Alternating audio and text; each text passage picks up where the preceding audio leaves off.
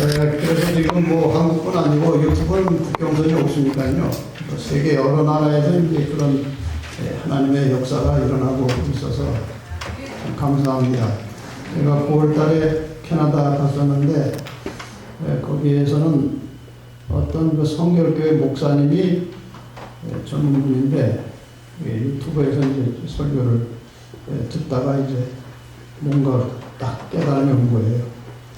한 3년을 계속해서 들었습니다. 이분 뭐 다니엘 계시록 연구 같은 것은 10번씩 들었대요. 자기가 딱 항목을 만들고 그래가지고 이제 자기 발로 저희 교회를 찾아왔어요. 그래서 5 식구 아이들 셋하고 그 부인까지 해서 사모까지 해서 5명이 이제 교회를 왔는데 저보고 침례를 달라고 그래가지고 자기가 한국 나와서 저한테 침례 받으려고 그랬대요. 근데 마침 캐나다에 올 수가 있어서 거기서 침례식도 하고 하는데 어쨌든 뭐 지금 그러나 이제 연락하지 않고 대기 중인 사람들이 굉장히 많아요. 직접 연락은 안 하지만 속으로 이제 깨달음이 오고 갈등하는 사람들이 많죠. 그런 사람들은 나중에 늦은비 성령의 역사가 일어나면은 다 깨어날 것입니다. 그게 약속이 되어 있어요. 많은 사람들이 갈등하고 있다가 늦은비 성령의 광선이 들어가면은 모든 가족들 관계, 교인 관계, 얽매인 줄을 끊어버리고 이제 진리의 편에 서게 될 것이다. 약속의 말씀을 의지하여 저는 부지런히 진리를 전하고 있고 여러분들도 계속 씨를 뿌리는 마음으로 뿌려놓으면 언제 하나님께서 언젠가는 다 열매를 거두실 것입니다. 지치지 말고 열심히 씨를 뿌리시기를 바랍니다. 천지가 개벽하는 날이라는 제목으로 오늘 말씀을 나누겠습니다. 이 세상에서 가장 믿을 만한 책은 성경입니다. 이 속의 모든 내용은 사실이고 특히 역사적으로 정확하고 특별히 성경의 많은 예언들은 한치의 오차도 없이 지금까지 성취되어 왔고 아직 성취되지 않은 예언들도 반드시 성취될 것입니다. 아멘. 하나님께서는 인간의 구속의 역사를 이루어 가실 때에 예언을 사용하십니다. 앞으로 이렇게 될 것이다. 대비해라. 또 시대가 지나면 또 앞으로 이런 일이 있을 것이다. 그래서 예언으로 하나님께서 우리의 길을 지도하고 계시는데 그래서 예언을 정확하게 이해하고 깨달아야 바른 길을 갈 수가 있어요. 우리가 성경을 크게 나누면 구약과 신약입니다. 여기에 약이라고 하는 것은 약소할 때의 약사입니다. 그러니까 성경은 2개의 약속의 덩어리예요. 무슨 약속인가? 이 구약과 신약의 그 약속의 초점은 매우 단순합니다. 구약의 약속은 무엇인가 하면은 죄로 인해서 죽을 수밖에 없는 인간들을 구원하시기 위해서 여자의 후손 예수께서 너희에게 직접 내려가서 그 죄를 해결하고 너희를 죄에서 구원해 줄 것이다. 그 약속이에요. 그것이 창세기 3장 15절에 나온 약속입니다. 시간상 그거는 지금 설명할 수 없고요. 어쨌든 그 창세기 3장 15절의 약속, 인간을 죄로부터 구원하기 위해서 메시아 예수 그리스도가 이 세상에 갈 것이다 하는 약속에 의해서 지금부터 약 2000여 년 전에 예수님께서 이 땅에 오신 것입니다. 신비한 일이죠. 하나님이 사람의 모양으로 이 땅에 오신 것입니다. 그리고 그 약속대로 인간의 죄를 대속하시기 위해서 십자가에 돌아가시고 그 다음에 부활하시고 하늘로 올라가셨습니다. 이래서 구약의 약속이 지켜진 거예요. 그 다음에 예수님께서 약속을 또 한 가지 하고 가셨어요. 그것이 신약이에요. 신약의 약속은 너희가 이 땅에서 내 이름으로 구원을 받았으니 구원받은 너희들을 내가 데리러 다시 올 것이다. 아멘. 내가 너희를 데리고 하늘에 갈 것이다. 아멘. 그 약속이에요. 그 재림의 약속입니다. 재림의 약속은 아직은 성취되지 않았지만 반드시 성취될 것입니다. 아멘. 반드시 주님은 우리를 데리러 다시 오실 것입니다. 아멘. 믿으십니까? 아멘. 안 믿어도 오십니다. 어쨌든 그거는 오십니다. 믿고 기다리는 자들에게 복이 있을 겁니다. 아멘. 그래서 예수님께서 재림하시면 인간의 영원한 운명이 결정됩니다. 영원히 죽든가 영원히 살든가 둘 중에 하나가 예수님의 재림의 때에 결정이 되는 것입니다. 다시 한번 요약해서 설명드리면 예수님께서 첫 번째 오신 초림의 목적은 인간을 죄로부터 구원하시기 위해서 오신 것입니다. 그 다음에 예수님께서 다시 오신다는 재림의 약속은 죄로부터 구원은 받았지만 여전히 이 땅에 발을 붙이고 살아가는 하나님의 백성들, 하나님의 자녀들을 데리러 다시 오신 것입니다. 죄악 세상에서 구원받은 성도들을 구출해 내시러 오시는 것입니다. 이것이 성경 전체의 구조예요. 그래서 성경은 요한복음 5장 39절에 보면은 예수님께서 친히 말씀하시기를 너희가 성경에서 영생을 얻는 줄 생각하고 성경을 상고하거니와 이 성경이 곧 내게 대하여 예수에 대하여 증거하는 것이라 그랬어요. 확실하죠? 두 번의 약속입니다. 내가 죄로부터 너희를 구원하겠다. 그 다음에 구원받은 너희들을 데리러 다시 오겠다. 예수님께서 오신다, 다시 오신다. 그것이 성경 전체의 약속입니다. 아멘.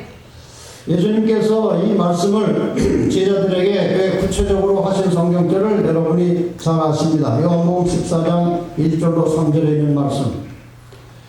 너희는 마음에 근심하지 말라. 하나님을 믿으니 또 나를 믿으라. 내 아버지 집에 거할 곳이 많도다. 거기가 어딥니까? 하늘이에요. 거기서 예수님이 계셨어요. 원래 그분이 사람이 되셔서 이 땅에 내려오신 것입니다. 하늘 어디엔가 하나님이 계시는 공간이 있는 거예요. 그게 아버지의 집이라고 예수님께서 표현하신 것입니다. 그렇지 않으면 너에게 이르으리라. 내가 너희를 위하여 처소를 예비하러 가노니. 그러니까 예수님께서는 십자가 이후에 승천하신 다음에 하늘로 가실 때를 미리 말씀하신 거예요. 내가 너희를 위하여 있을 곳을 예비하러 간다. 어디로 가요? 원래 계시던 곳으로 다시 가시는 거예요. 가서 너희를 위해서 처소를 예비하면 너희 있을 곳이 다 준비되면 내가 다시 와서 너희를 내게로 영접하여 나 있는 곳에 너희도 있게 하리라.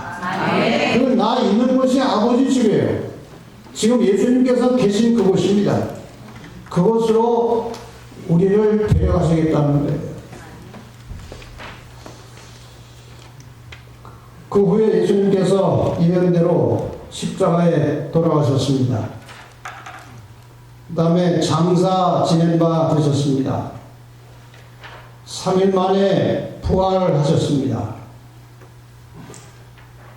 그리고 40일 동안 사람들에게 여기저기 나타나시고 다녔습니다. 40일이 지난 후에 예수님께서 제자들에게 특별한 당부를 하십니다. 감람산에서 사도행전 1장 8절 9절 오직 성령이 너에게 임하시면 예수님께서 하늘로 곧 올라가실 텐데 내가 올라가면 너희들에게 성령을 보내주겠다. 오직 성령이 너에게 임하시면 너희가 권능을 받고 예루살렘과 온 유대와 사마리아와 땅끝까지 이르러 내 증인이 되리라 하시니라. 이 말씀을 마치시고 이렇게 당부하신 다음에 저희 보는 데서 올려가시니. 아멘. 참 엄청난 일이 벌어진 것입니다. 올라가신 거예요. 제자들이 보는 가운데 올라가신 거예요. 너무나 엄청 일이 벌어진 것입니다.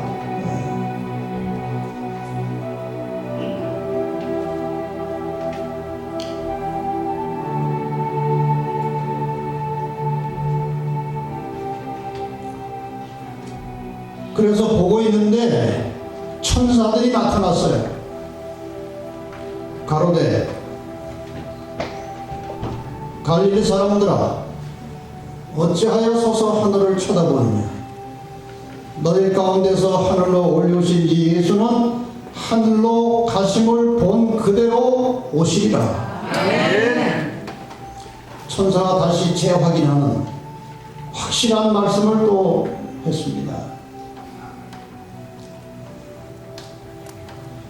오실까요? 안 오실까요? 오시리라. 예수님께서 오실 때의 그 장면에 대해서 예수님께서 친히 말씀하신 적이 있어요. 그때 인자의 증거가 하늘에서 보이겠고 그때 땅의 모든 족속들이 통곡하며 그들이 인자가 구름을 타고 큰 능력과 큰 영광으로 오는 것을 보리라. 이 세상 모든 살아있던 사람들이 예수님께서 다시 오시는 재림의 장면을 볼 것입니다. 미리 알고 믿고 있던 자들에게는 얼마나 감격스럽고 영광스러운 날입니까? 모르는 사람들에게는 천지가 개벽하는 것입니다. 얼마나 두렵겠어요? 예수님께서 오실 때에 그 이 세상의 형편에 대해서 베드로가 이렇게 언급한 것이 있습니다. 3장에 베드로후서 3장에 그러나 주의 날이 도적같이 오리니 그날에는 하늘이 큰 소리로 떠나가고 체질이 뜨거운 불에 풀어지고 땅과 그 중에 있는 모든 일이 들어다니로다.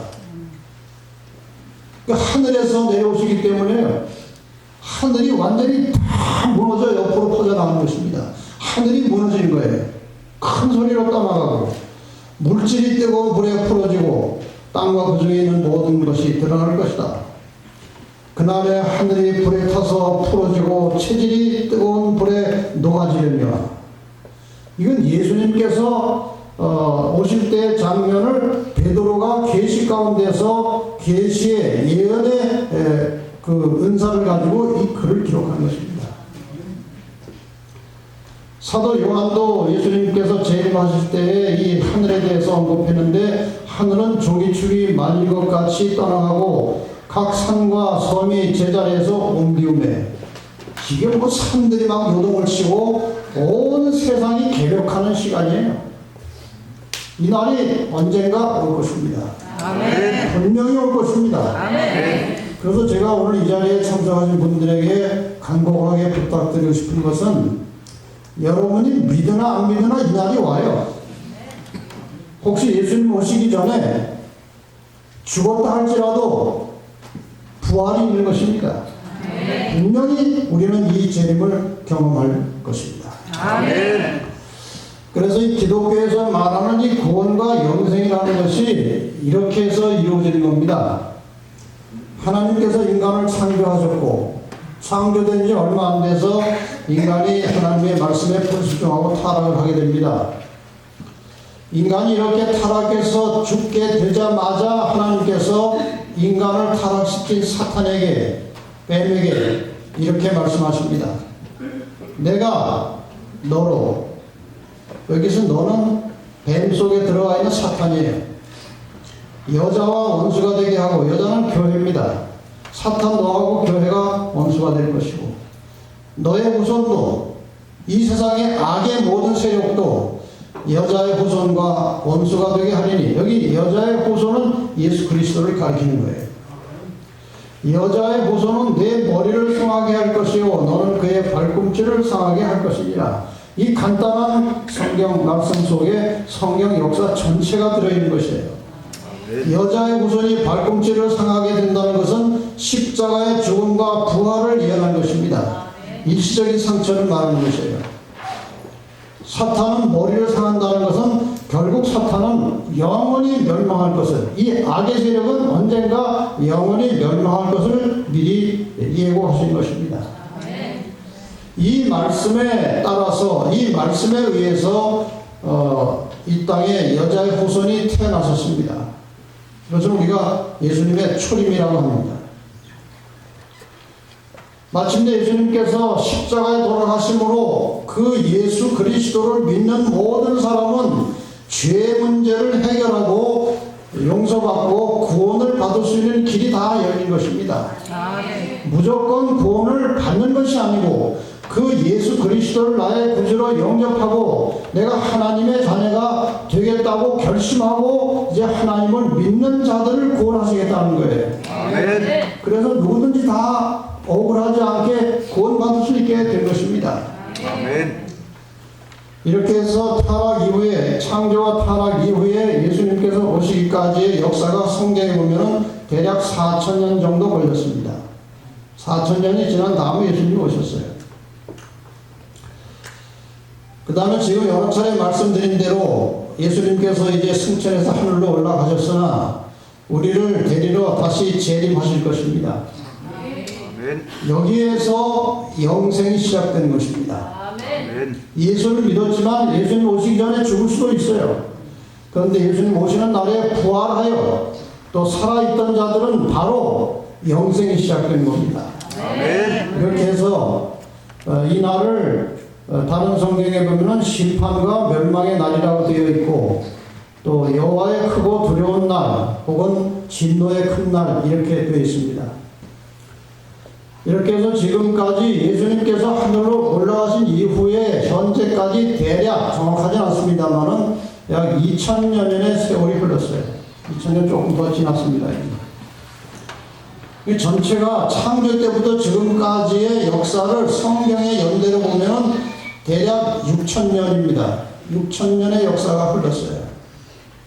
그러니까 뭐 사람 생긴 지가 몇억 년이고 몇십억 년이고 다 거짓말이에요. 그거는 다 추측해서 인간들이 만들어낸 학설이고 성경상 하나님께서 인간을 창조하신 이후의 역사는 대략 6000년 정도 지난 것입니다.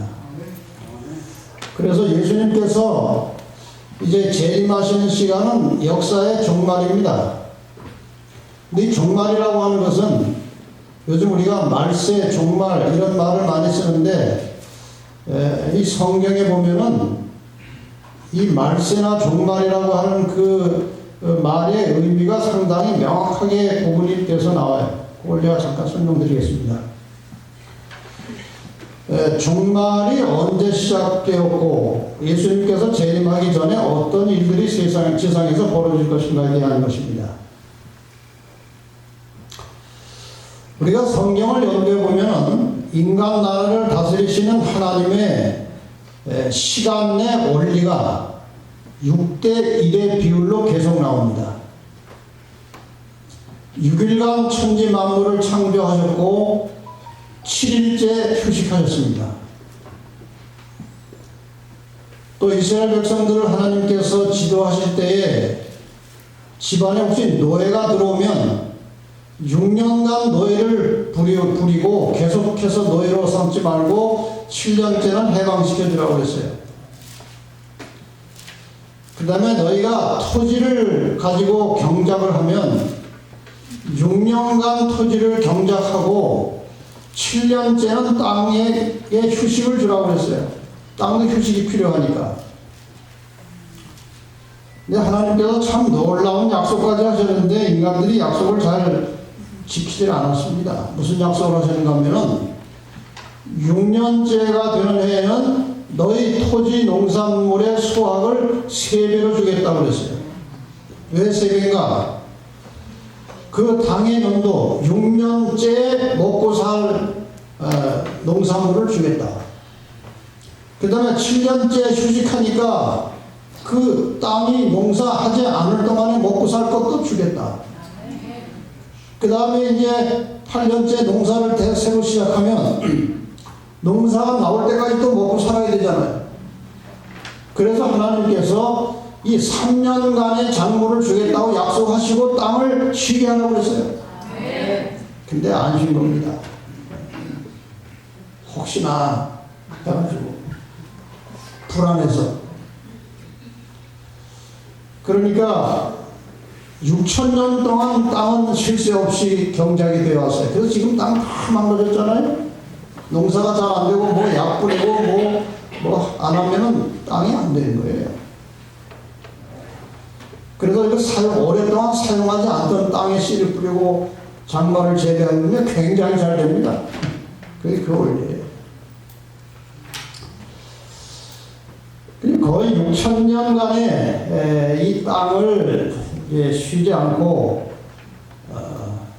부려먹었으니 6대1의 원리로 하면은 1,000년 동안 쉬게 해야 됩니다.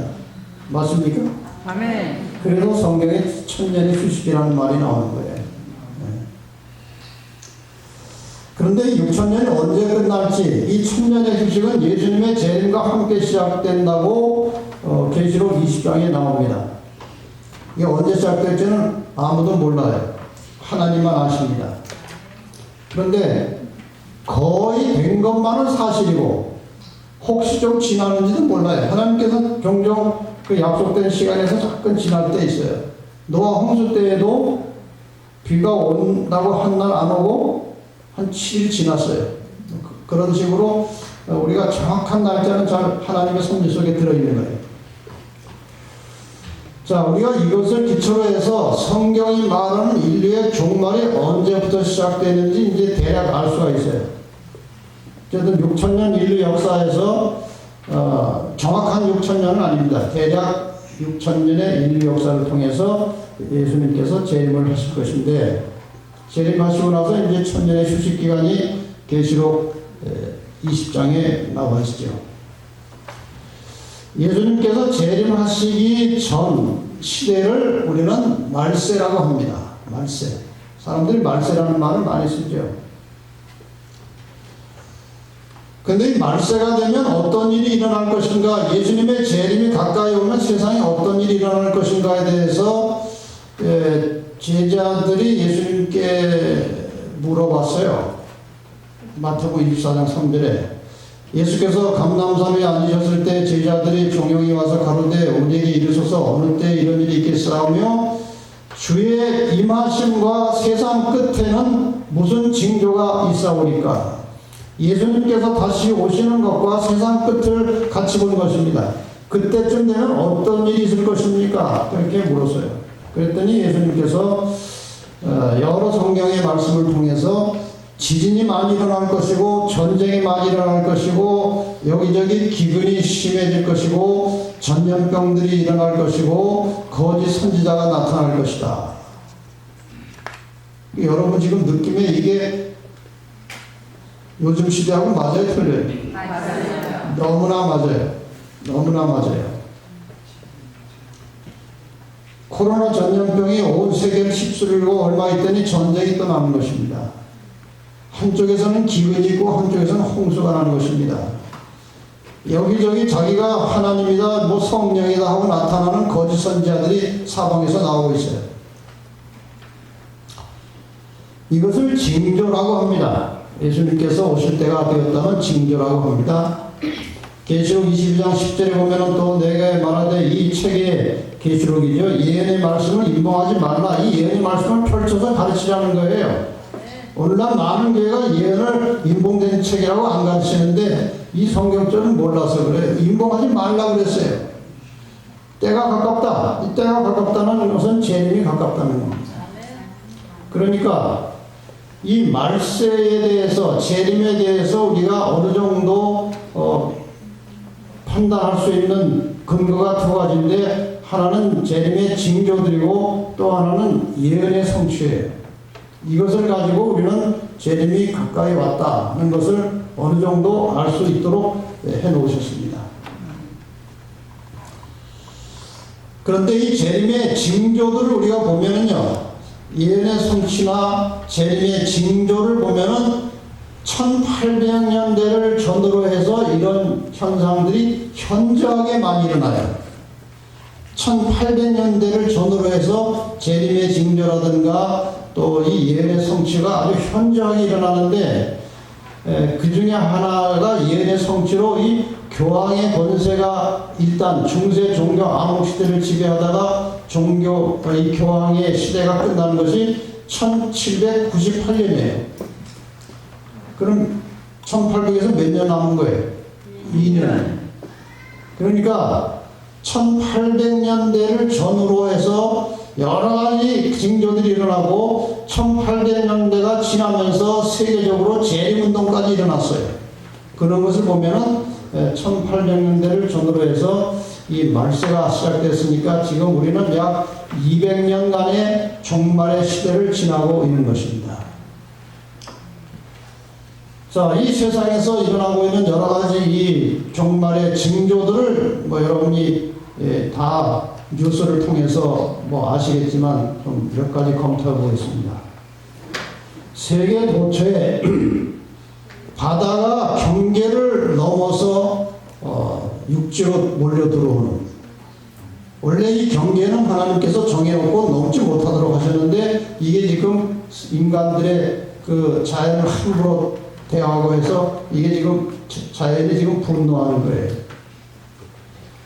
도처에 엄청난 지진들이 벌어지고 있습니다. 화재가 얼마나 많이 일어나는지 모릅니다. 쉴 새 없이요. 캐나다에서는 최근에 수년간 5,000번의 큰 화재가 났어요. 어마어마하게 많은 땅이 산이 다 터버렸어요. 한쪽에서는 홍수가 있고 한쪽에서는 기근이 있어요. 자연재해와 재난들이 지금 쉴 새 없이 이 지구상에 터져나오고 있는 것입니다. 폭탄 테러, 전쟁, 내전, 이런 전쟁과 테러와 전쟁, 내전 이런 것들이 세계 도처에서 쉴 새 없이 터지고 있어요. 그 다음에 인간은 도덕적으로 말할 수 없이 타락해가고 있습니다. 옛날에 동성애는 숨어서 몰래 죄책감을 가지고 하던 거였습니다. 근데 요즘은 아주 노골적으로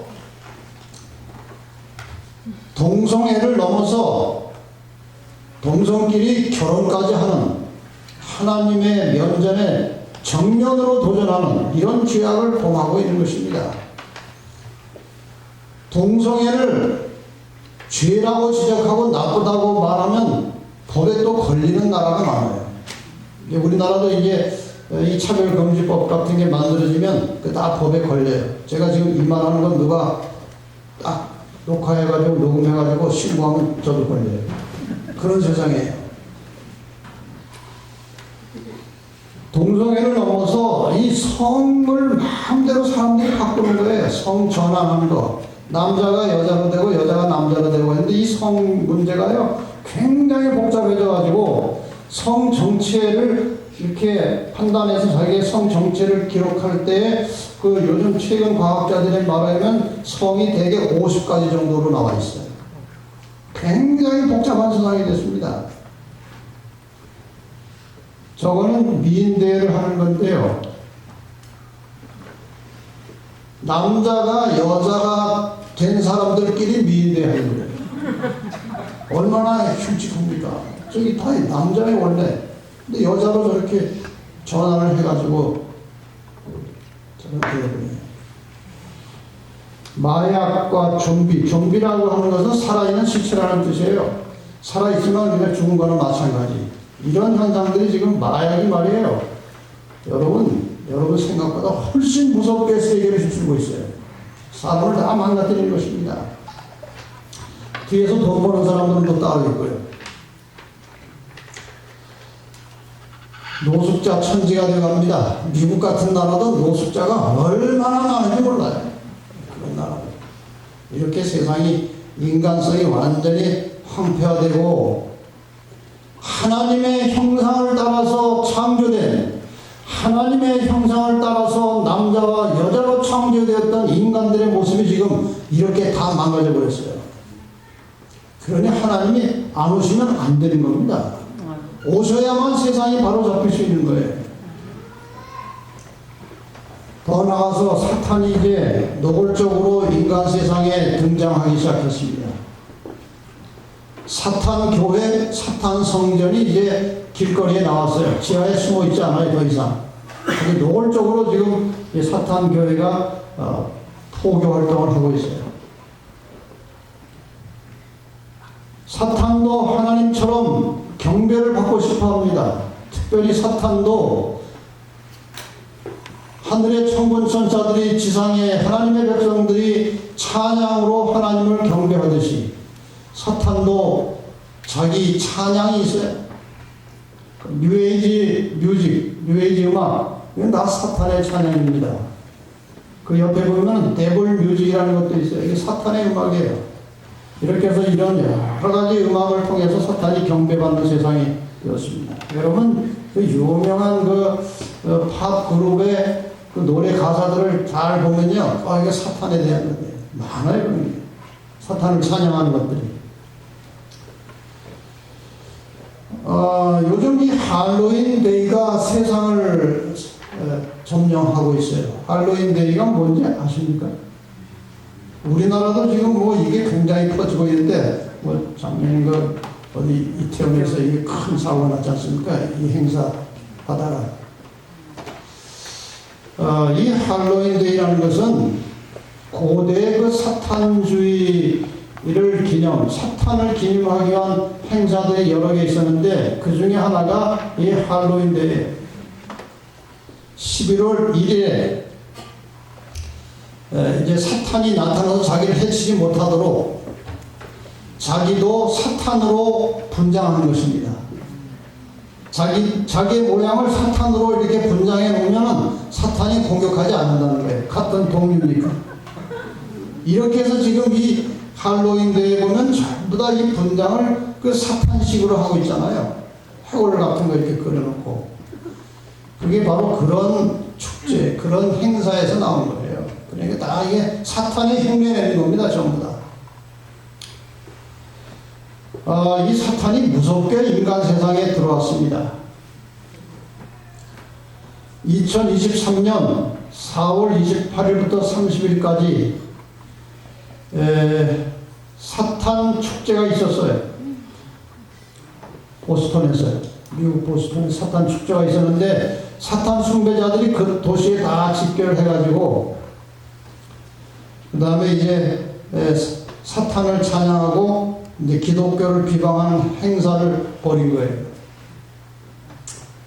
그런데 그 행사 중에 말이에요, 이런 행사가 있었어요. 아주 공개적으로.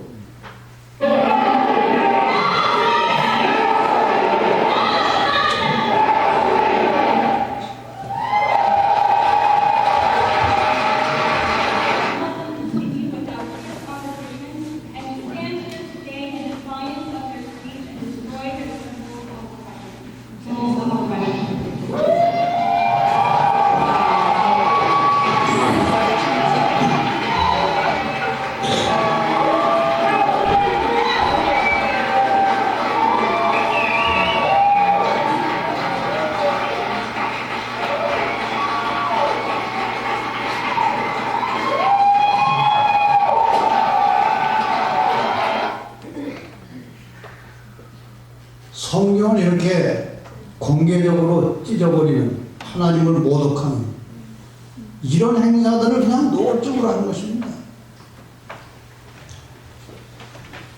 이제 주님이 오시지 않으면 안 될 때가 된 것입니다.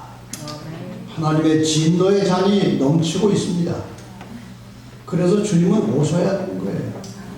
그리고 여러 가지 예언의 성취를 볼 때에, 징조로 볼 때에 주님께서 오실 때가 다 된 것입니다. 아멘. 마태복음 24장 42절로 44절 말씀. 그러므로 깨어있으라. 어느 날에 너희 주가 임하는지 너희가 알지 못함이니라. 너희도 아는 바니 만일 집주인이 도적이 어느 경점에 올 줄을 알았다면 깨어있어 그 집을 뚫지 못하게 하였으리라. 이러므로 너희도 예비하고 있으라. 생각지 않은 때에 인자가 오리라. 그러니까 이 정상적이고 건강하고 올바른 기독교인들은 오늘 예수님께서 오실지라도 예수님을 만날 수 있는 준비된 상태로 사는 것입니다.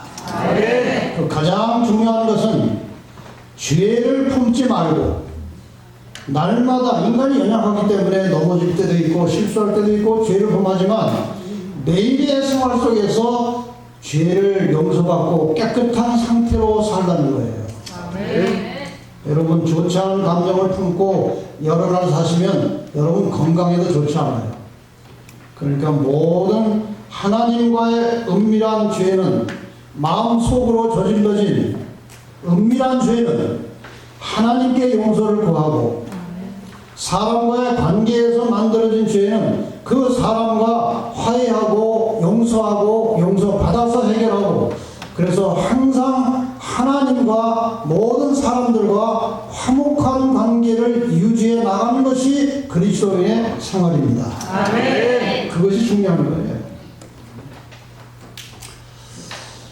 그래서 항상 깨어서 재림을 기다린다는 것은 어떻게 사는 것인가에 대하여 마태복음 24장과 25장에 그 재림을 기다리는 하나님의 백성들이 어떻게 무엇을 하고 살아야 될지에 대해서 상당히 중요한 말씀을 해놨습니다.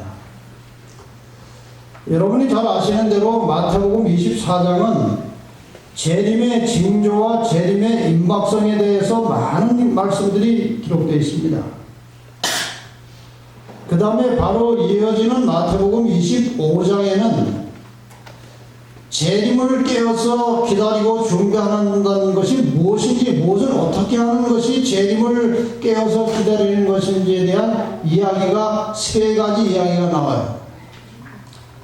그 첫 번째 나오는 이야기가 뭐죠? 열 처녀의 비유입니다. 두 번째 나오는 이야기는 달란트의 비유입니다. 그리고 세 번째 나오는 비유는 양과 염소의 비유입니다. 그런데 이 비유의 공통점이 무엇인가? 결론적으로 두 부류로 나눠진 거예요. 열 처녀의 비유에서는 지혜로운 처녀 5과 미련한 처녀 5으로 나눠졌어요.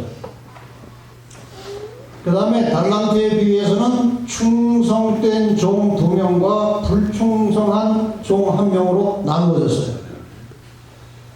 그 다음에 양과 염소의 비유는 그러니까 이것은 예수께서 이제 재림하기 전에 어떻게 살라고 하는 메시지예요. 열 처녀의 비유나 달란트의 비유는 재림하기 전에 이런 사람들 저런 사람이 있을 것이다 하는 비유고, 그 다음에 양과 염소의 비유는 이제 이 재림을 준비하고 기다리던 사람들이 주님이 오셨을 때에 둘로 나누어지는, 양과 염소로 나누어지는 그 재림 때의 상황을 말하는 것입니다. 자, 그러면은 열 처녀의 비유는 무엇인가? 여러분이 뭐 이야기를 잘 아십니다. 5 처녀는 여분의 기름을 준비하고 있었어요. 신랑이 혹시 더디 올지 모르니까 그걸 대비해서 이제 대개 이스라엘의 결혼식은 저녁에 합니다. 그래서 이제 그 당시 뭐 전기불도 없을 때고 하니까 등을 갈고 이제 등을 가지고 이제 준비하는데, 이 열 처녀 중에서 5은 여분의 기름을 준비한 거예요. 자, 이 기름이 준비되었는지 안 되었는지에 의해서 운명이 갈라집니다. 기름을 미리 준비한 15 처녀는 이제 혼인 예식장에 들어갔고, 여분의 기름을 준비하지 않은 5 처녀는 이제 문이 닫혔고 그 예식장에 들어가지 못했습니다. 그게 이야기의 결론인데, 그 기름이라는 게 무엇이냐 이거예요. 상징적인 것입니다. 기름이라고 하는 것은 성경에서 성령을 가리키는 거예요. 성령. 그래서 이 재림을 기다리는 사람들에 대하여 교훈하고 계신 이 열 처녀의 비유에 의하면은 재림을 기다리고 준비하는 사람들은 항상 육신적으로 살지 않고 성령의 인도하심을 따라서 살아야 된다는 거예요. 아멘. 오늘 침례식을 하게 될 텐데, 이 침례식을 뭐라고 표현하는가 하면 물과 성령으로 거듭난다, 그렇게 표현해요. 성령으로 거듭난다는 것은 무엇이냐?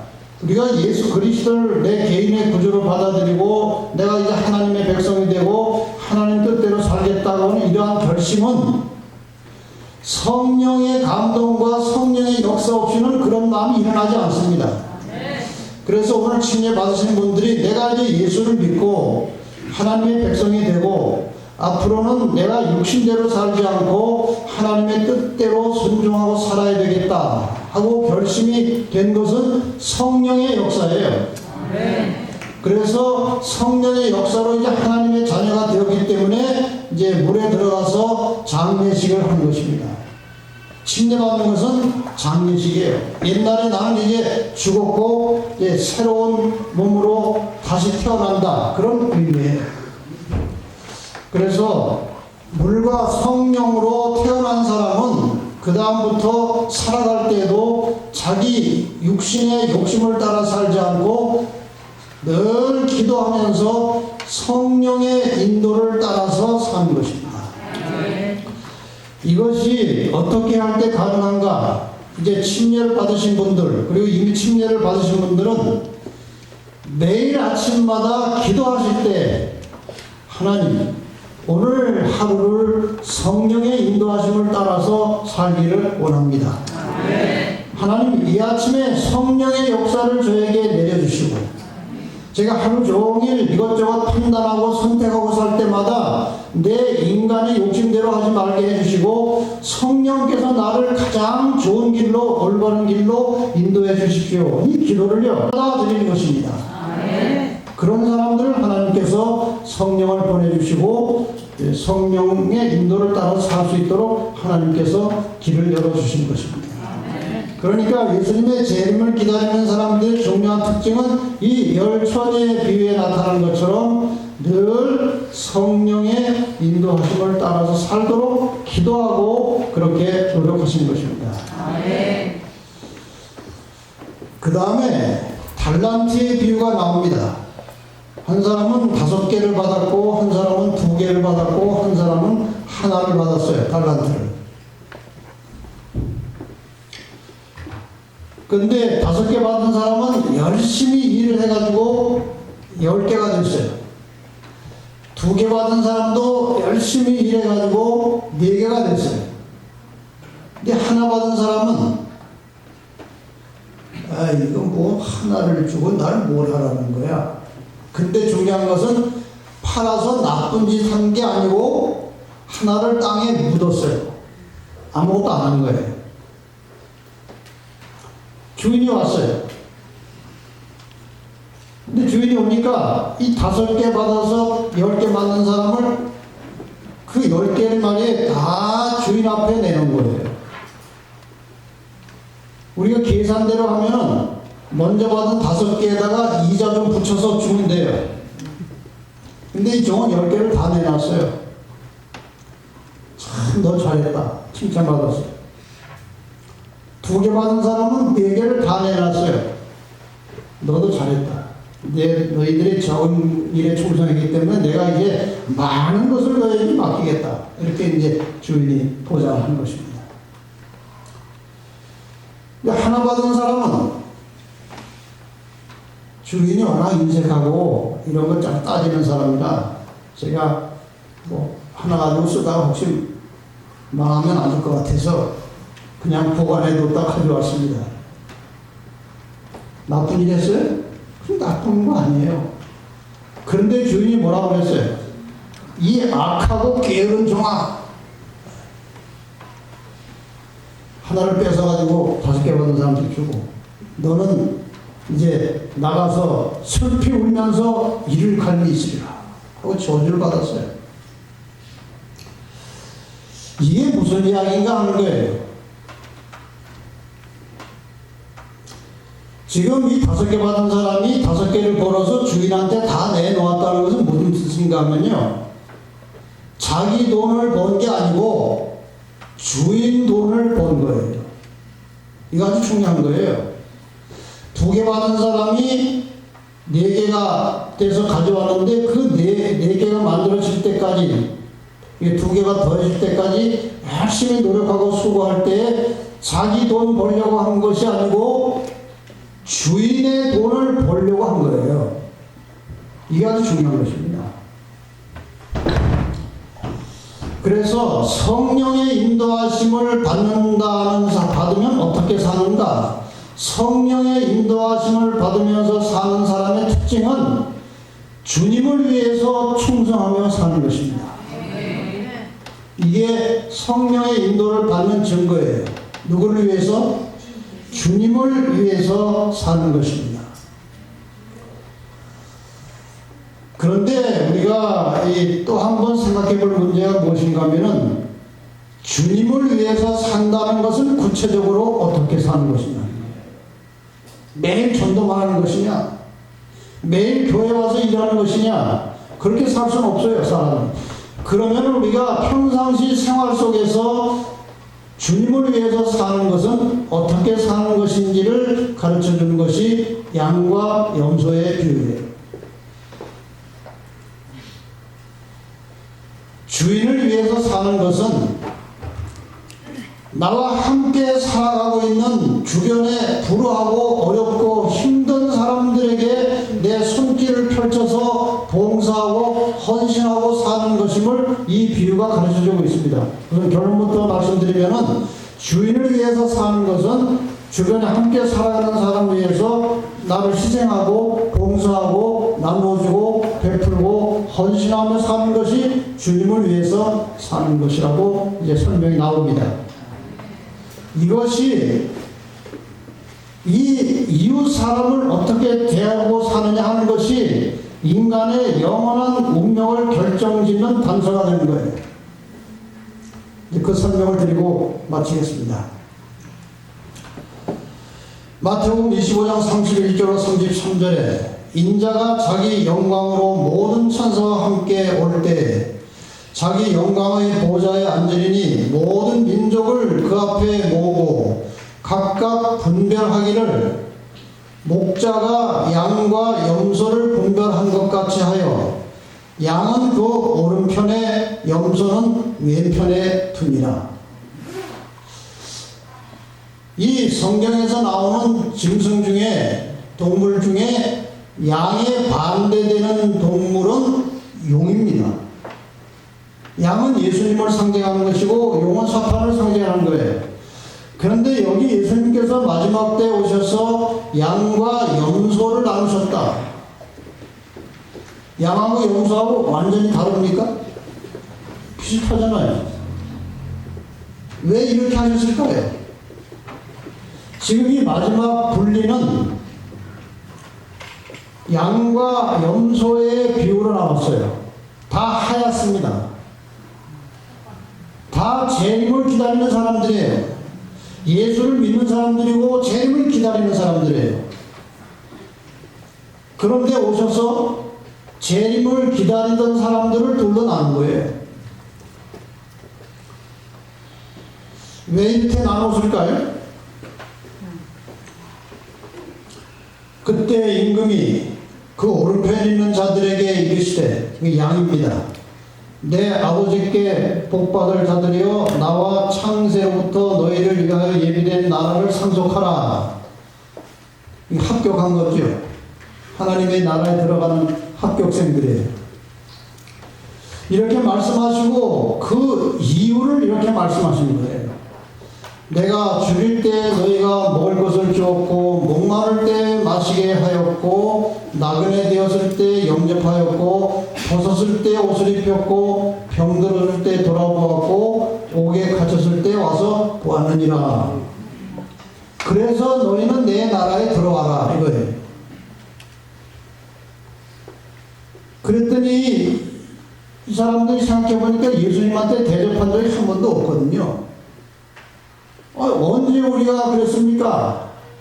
그랬더니 임금이 대답하여 가라사대 내가 진실로 너희에게 이르노니 너희가 여기 내 형제 중에 지극히 작은 자 하나에게 한 것이 곧 내게 한 것입니다. 여러분 이 말씀 속에 굉장히 중요한 글자가 하나 있어요. 제가 빨간색으로 칠해놓은 거 적었습니다. 네. 저는요 꽤 오랫동안 이전의 이야기지만 이것을 어떻게 읽었느냐 여기 네 형제 중에 지극히 작은 자 하나에게 한 것이 내게 한 것이다. 저는 이렇게 이해한 지가 꽤 오래됐어요. 자세히 보니까 내 형제가 아니고 내 형제. 다시 말하면 이 땅에 사는 모든 사람들을 예수님께서는 자기의 형제로 보시는 것입니다. 자기의 형제로 보시기 때문에 우리가 이웃을 해치고 이를 해롭게 하고 이웃에게 고통을 주고 시련을 주고 나쁜 일을 하면은 예수님이 자기가 당하신 것으로 생각하시는 것입니다. 반면에 이웃을 위해서 봉사하고 헌신하고 나누어주고 이렇게 이웃을 돕고 살면은 그것을 예수님께서 자기 형제에게 하셨기 때문에 그건 나한테 한 것이다 그렇게 생각하신 거예요. 제가 여동생이 이제 넷이 있어요. 둘째 여동생이 조금 뭐랄까 뭐 그렇게 넉넉진 않고 평범하게 살아요. 근데 부자 친구가 하나 있어요. 아주 친해 둘이서. 근데 이 부자 친구가요 제 동생한테 야 너 나하고 미국 한번 가자 해가지고 제 동생이 미국 왔다 갔다 하는 비행기표며 가서 생활하는 거며 다 자기 돈 가지고 가서 해서 제 동생한테 그렇게 잘해요. 그 다음에 제 동생한테 뭐 비싼 옷들 다 줘요. 그 다음에 제 동생이 이제 어디로 이사를 갔는데 서울 경기도 한쪽에 살다가 진주로 이사를 갔는데 거기 가서 이제 무슨 아파트를 전세를 하나 얻었어요. 근데 여기서 이제 조그만 집에 살다 갔기 때문에 뭐 꽤 넓은 아파트에 짐이 그냥 별로 없는 거예요. 그랬더니 이 친구가 말이에요. 집안의 모든 가구를 전부 다 비싼 걸로 다 들여준 거예요. 그리고 미안할까봐 빌려주는 거야. 그래서 지금 뭐 벌써 오래 지났지만 그거 안 받아가는 거 보니까 그냥 준 거예요. 제가 제 형제, 동생에게 그러니까 제가 얼마나 고마워요. 그래서 제가 그 친구한테 문자를 좀 넣어서 동생한테 참 잘해줘서 고맙다는 인사를 제가 두 번 했어요. 우리가 이 주변에 함께 살아가는 사람들한테 잘해주면요, 예수님께서 어떻게 생각하시느냐, 그것을 자신에게 한 것으로 생각하고 너희 다 나하고 같이 살자 이렇게 하시는 거예요. 그래, 그런 사람들이 중요한 거예요. 그런데 왼편에 있는 사람들에게는 예수의 재림을 기다린다고 하는 사람들이만 정반대 선언을 하십니다. 저주를 받은 자들아 나를 떠나 마귀와 그 사자들을 위하여 예비된 영영한 불에 들어가라. 너희는 내가 죽일 때 먹을 것을 안 줬고 싹가운 반대되는 말씀을 하신 거예요. 언제 우리가 그랬습니까? 뭐 주님이 서면에 한 번도 안 오셨는데 대접할 기회도 없었는데요. 이에 임금이 대답하여 가라사대 내가 진실로 너에게 이르노니 이 지극히 작은 자 하나에게 하지 아니한 것이 곧 내게 하지 아니한 것입니다. 그러니까 우리가 다른 사람들을 대하는 우리의 정신과 태도와 우리의 삶은 굉장히 중요한 것입니다. 결국 마지막 순간에, 재림의 순간에 남아있을 살아남을 자를 결정하는 기준이 여기서 다 이게 나온 것입니다. 잘 새겨서 들으시길 바랍니다. 다른 사람을 어떻게 생각하며 살고 있느냐 하는 거예요. 우리가 다른 사람을 별로 안 좋게 생각하면서도 겉으로는 말 잘할 수 있고 표정 좋게 할 수 있어요. 그게 인간의 이중성입니다. 근데 하나님은 그거 겉으로 나타나는 것을 보시는 게 아니고 마음 속을 보십니다. 그리스도인은 항상 다른 사람을 좋게 생각하고 살아야 하는 것입니다. 그 다음에 다른 사람들에게 어떤 말을 하며 살았느냐? 여러분, 사람들에게 좋은 말하고 사시길 바랍니다. 사람들에게 나쁜 말 하면요, 자기가 나쁜 사람이 된다는 건 아십니까? 사람은 자기가 하는 말에 영향을 받고 살아요. 제가 여기서 말을 하면은 이 입하고 가장 가까운 귀는 자기 귀입니다. 그래서 내가 말을 하면은 제일 이 말에 영향을 받는 사람은 자기예요. 그래서 남에 대해서 안 좋은 말을 계속하는 사람은요, 그 안 좋은 사람처럼 자기가 바뀌어요. 그래서 언제나 사람은 다른 사람에 대해서 좋은 말을 하고 살면 자기가 좋은 사람이 되는 것입니다. 다른 사람을 위해서 봉사하고 살았느냐, 늘 돕고 살았느냐, 다른 사람들에게 자신의 가진 것을 나누어 살았느냐. 내가 가지고 있는 것은 다 하나님이 주신 것입니다. 이것을 나누며 살라는 것이 주님의 뜻입니다. 다른 사람들을 위해서 자기를 희생하고 사랑하였느냐. 여러분, 이것이 다 양이 가진 특성들이에요. 예수님께서 재림하실 때는 이 양 같은 자들을 데리러 오시는 것입니다. 그러므로 그의 열매로 그들을 알리라. 나더러 주여 주여 하는 자마다 천국에 다 들어갈 것이 아니요 다만 하늘에 계신 내 아버지의 뜻대로 행하는 자라야 들어가리라. 여러분, 이 말씀을 명심하시길 바랍니다. 주여 주여 한다고 다 되는 게 아니에요. 하나님의 뜻이 무엇인지를 잘 생각하시고 하나님의 뜻을 따라 살아가는 성도들이 되시길 바랍니다. 그 주인이 이르되 잘하였도다 착하고 충성된 종아, 내가 작은 일에 충성하였으며 내가 많은 것으로 내게 맡기리니 내 주인의 즐거움에 참여할지어다. 머지않아 주님께서 오실 때 여기 이번에 참석하신 여러분 모두 다 예수님께 이러한 칭찬을 받으시고 예수님을 만나서 함께 하늘에 가서 하나님을 뵙고 원래 우리를 창조하셨던 그분을 만나고 그래서 정말 행복하고 복된 나머지 인생이 되시기를 바라면서 오늘 여기서 말씀을 마치겠습니다. 잠깐 기도하고 마치겠습니다. 하나님 아버지, 죄로 인해서 불행하게 힘들게 고통 속에 살다가 죽음으로 모든 것이 끝나버릴 이 불행한 인생들을 사랑해 주시고 우리를 구원하시기 위해서 독생자 예수 그리스도께서 이 땅에 오셔서 우리의 죄를 대신하여 십자가에 돌아가시고 예수를 믿는 모든 사람들을 구원하시는 하나님의 사랑과 은혜를 진실로 감사합니다.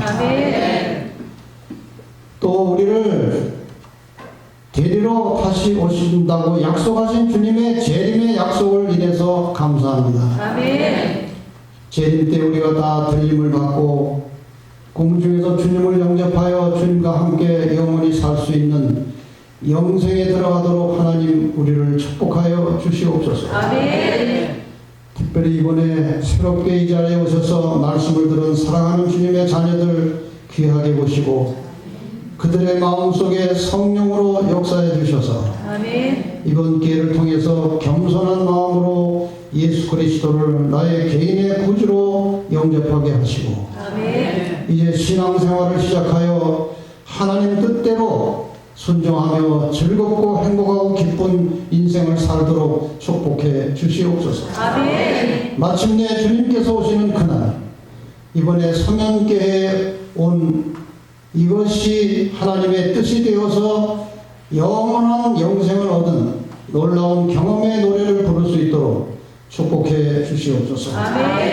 주님 보시는 날까지 우리가 주님의 뜻대로 신실하게 살기를 원합니다. 육신 따라 살지 말게 하시고 성령의 인도를 따라서 늘 하나님의 법도 안에서 감사와 기쁨이 충만한 참 그리스도인의 삶을 살게 하여 주시기를 예수님의 이름으로 간절히 기도하옵나이다.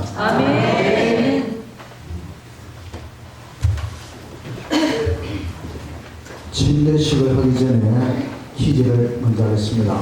잊어버리실까봐. 1번 문제 정답 적으시면 됩니다. 세상에서 가장 믿을 만한 책은? 자, 2번 문제. 구약 성경의 약속은 예수님의 초림. 그러면 신약 성경의 약속은 예수님의? 3번. 내가 안 믿어도 예수님은 다시 오신다. 맞습니까? 틀립니다. OX 문제입니다. 4번. 하나님의 시간 원리는 3대 1입니까? 5대 1입니까? 6대 1입니까? 재림이 가까이 왔다는 것을 무엇으로 알 수 있습니까? 뭐가 성취되고 있다? 예언, 징조. 빨리 적으시고 이름 적어서 제출해 주십시오.